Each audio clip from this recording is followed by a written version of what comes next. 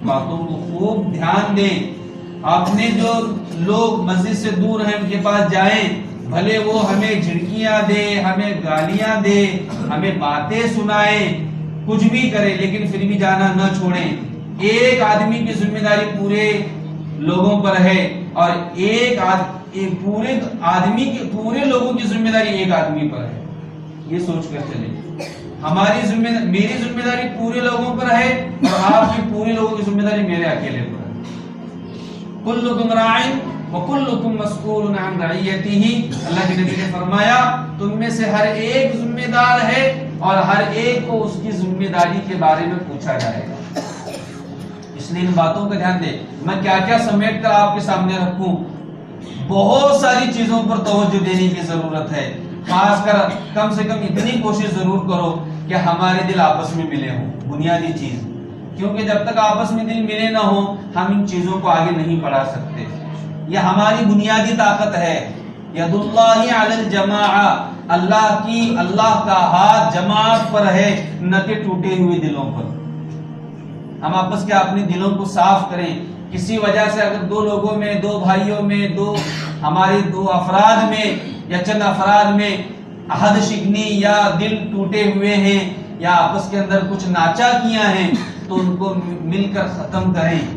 اور جب یہ چیزیں ختم ہوں گی اور ہم مضبوط ایک ہاتھ ایک جگہ جمع ہو کر پورے آپس کی دلوں کی طاقت کے ساتھ جب ہم اس محنت کو کریں گے تو ہم آگے بڑھیں گے. ٹوٹے ہوئے دلوں کے ساتھ اور آپس میں ناچا کیوں کے ساتھ ہم اس کام کو آگے نہیں بڑھا سکتے. اس لیے عہد کریں کہ ہم سب سے پہلے آپس میں صلح کریں گے.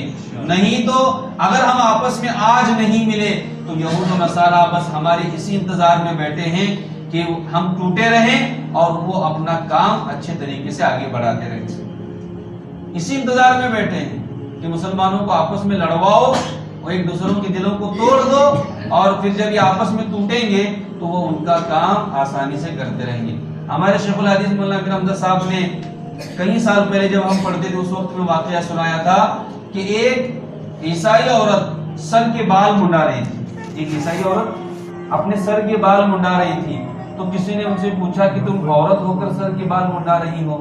تو اس وقت اس لڑکی نے کہا تھا کہ مجھے اپنے دین کی محنت کرنے کے لیے اتنا بھی وقت میں نہیں چاہتی ضائع کرنا کہ جتنا وقت جو ہے بال کو بنانے میں لگتا ہے. میں اتنا وقت بھی اپنا ضائع نہیں کرنا چاہتی.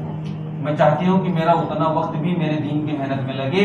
حالانکہ وہ دین ایسا دین ہے جس پر نہ اللہ کی طرف سے کوئی کامیابی کا وعدہ ہے، اس دین پر سراسر خسارے میں ہے وہ دین. اس لیے اس بات کی فکر کریں. یہود و نصارہ اسی اپنی محنت پرزور طریقے سے کر رہے ہیں. سوچے جا کر دیکھیں بہت سارے لوگ جو دیہاتوں میں رہتے ہیں جن کے پاس ہمارا پہنچنا نہیں ہوتا، مالی تعاون کے اعتبار سے بھی فکر کریں. جو دو غریب طبقے کے لوگ ہیں، مطلب جو کہیں بیوہ ہے یا کہیں یتیم بچے ہیں اور ان کا مالی تعاون صحیح سے نہیں ہو پا رہا ہے تو ان تک پہنچے. کیونکہ یہود و نصارہ اپنا ٹارگیٹ مالداروں کو نہیں بناتے. کبھی ایک مالدار کے پاس نہیں جائیں گے.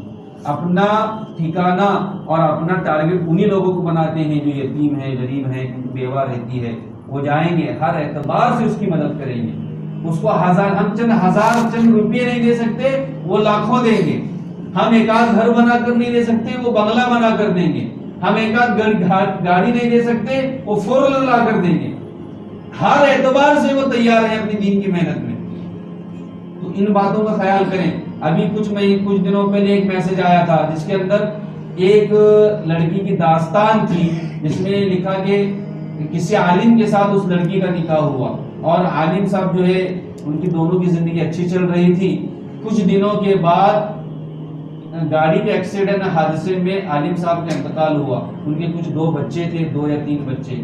اب اس پر جو ہے فاقے آنے لگے اس عورت پر.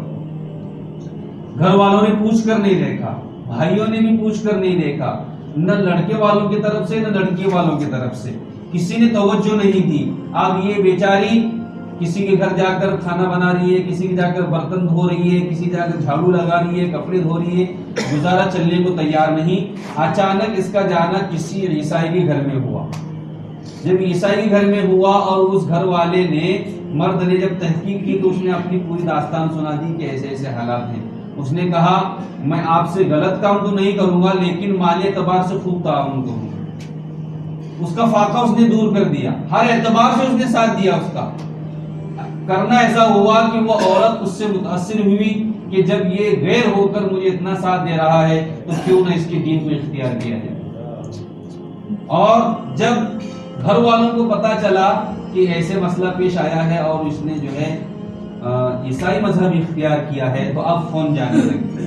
جب یہ فون جانے لگے تو چونکہ یہ بدگمان ہو گئی تھی اور پورا دل ٹوٹ گیا تھا تو اب یہ گالیاں دے کر جو ہے ان کے فون کو کاٹ دیتے. وقت جب آپ کسی کی ضرورت کو اس کے وقت پر پورا کرو گے تو اس کی اہمیت ہوتی ہے. ایک مرتبہ وقت نکل گیا اور پھر آپ چاہے کتنی ہی اس کی ضرورت کو پیش آؤ اس کی اہمیت نہیں رہتی. اس لیے اس بات کی بھی فکر کریں, کوشش کریں. اللہ تعالیٰ مجھے